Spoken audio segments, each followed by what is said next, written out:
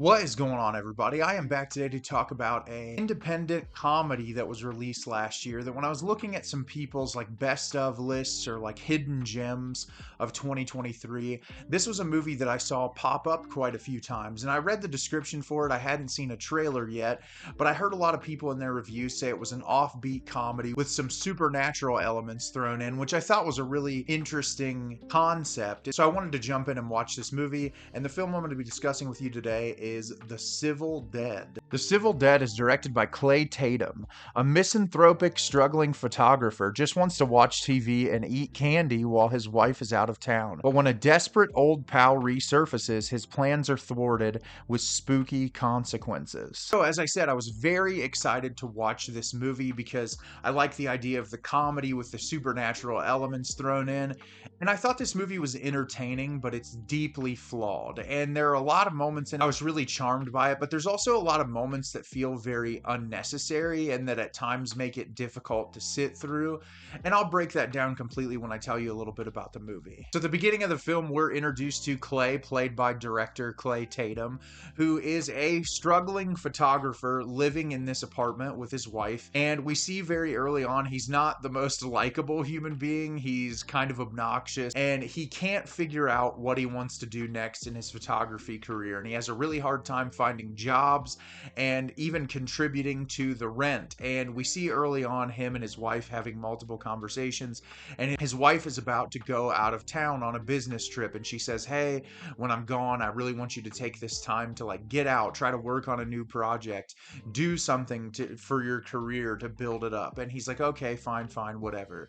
So she leaves, and one of the first days that she's gone, he's out taking photographs, and he keeps seeing someone step into the picture. And we find out the person stepping into the pictures is Whit, played by Whitmer Thomas, who's also one of the writers on the film. And we find out the two were friends from high school, and they haven't seen each other for a really long time. And Clay says, "Hey, I'm out here taking these pictures. Do you want to hang out with me through the day?" So they end up spending some time together, and Whit goes back to Clay's apartment with him.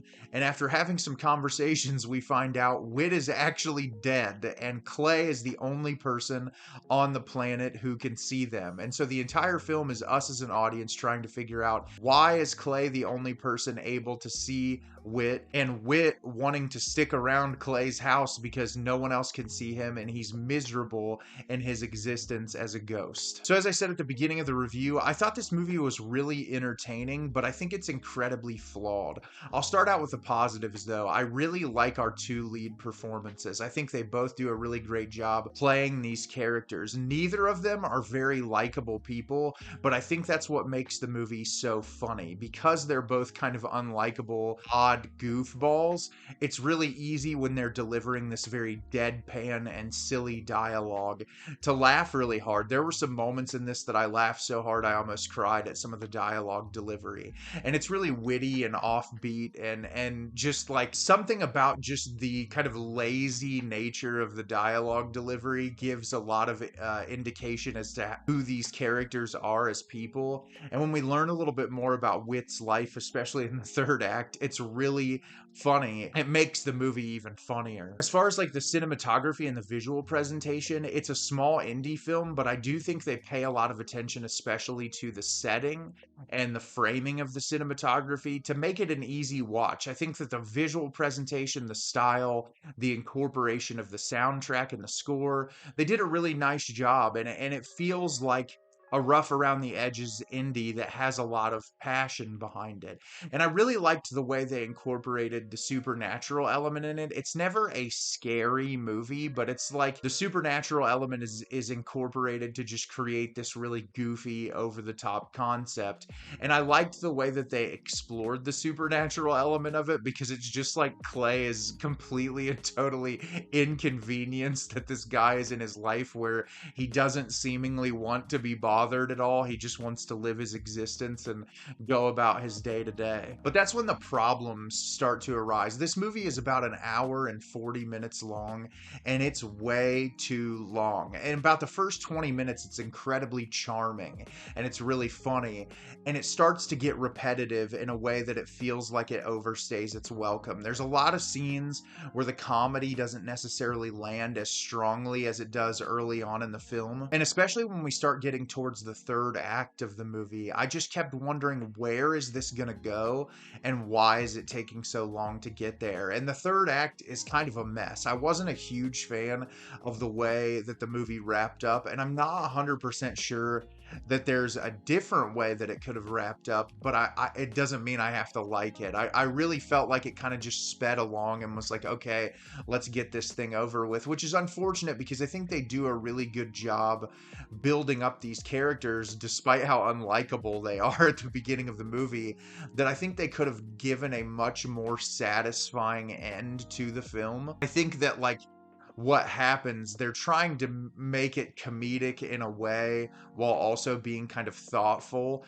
but it didn't necessarily stick with me because of how quickly it was wrapped up. And I think the whole ending segment of the film is just like, okay, we've got to speed this along, we've got to get to this point. And that took away from the movie for me. They also introduced this element at one point of this person who also believes that they were being haunted, and Clay's character wanting to go meet with them.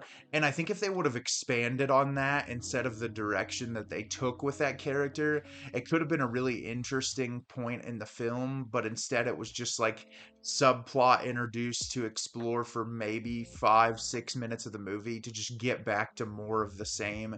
And like I said, there are a lot of really charming moments in this. There's a scene where Clay goes to cheat at a poker game to make some money, and he's kind of a grifter from very early on in the movie and is trying to always find ways to make money. And that was one of my favorite sequences in the entire film. I loved it a lot. I was also a huge fan. I'm a big fan of the musician Christian Lee Hutson, who actually stars in this movie, and it was really cool to see him in his scene. He was really great and super funny. And there are a lot of moments that I really like, but I feel like too, when you're examining this character, Whit's character, who is dead, who is like coming to terms with the fact that he can't move objects, he can't go to the bathroom, he can't eat, he can't do anything he did as a human. There's a way you could explore that in a deeper way to create a more lasting emotional impact on the audience. But instead, it falls kind of flat in that department. I think it's mostly just a straightforward trying to make you laugh comedy that has some thoughtful moments.